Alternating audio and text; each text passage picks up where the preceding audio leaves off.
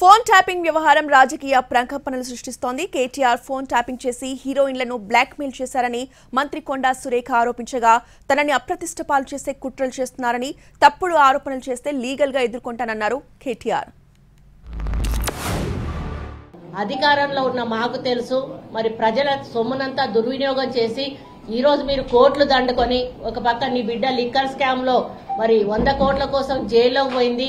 నీ కొడుకేమో phone tapping చేసుకుంటూ ఈరోజు ఎంతో మంది హీరోయిన్లు అటువంటి వాళ్ళని కూడా బ్లాక్ మెయిల్ చేసి కొంతమంది అధికారులను ఈరోజు బలి చేసి వాళ్ళ ఉద్యోగాలు పోయి జైళ్లలోకి పోయేటువంటి పరిస్థితి తీసుకొచ్చిండు. ఎవరో హీరోయిన్లను నేను బెదిరించిన అంటది ఆ మంత్రి. ఆమెకు నెత్తుందా లేదా నాకు తెలియదు. నాకు అంత కర్మ ఏంది, నాకు ఈ దిక్కుమాలిన పనులు చేయాల్సిన పరిస్థితి ఏంది, నాకు ఎలాంటి ఫోన్ ట్యాపింగ్ వ్యవహారంతో నాకు ఎలాంటి సంబంధము లేదు. ఈ అడ్డమైన మాటలు ఎవరైనా మాట్లాడితే, చెత్త మాటలు ఎవరైనా మాట్లాడితే వారు మంత్రి అయినా ముఖ్యమంత్రి అయినా తాట తీస్తాము, లీగల్గానే చూసుకుంటాం.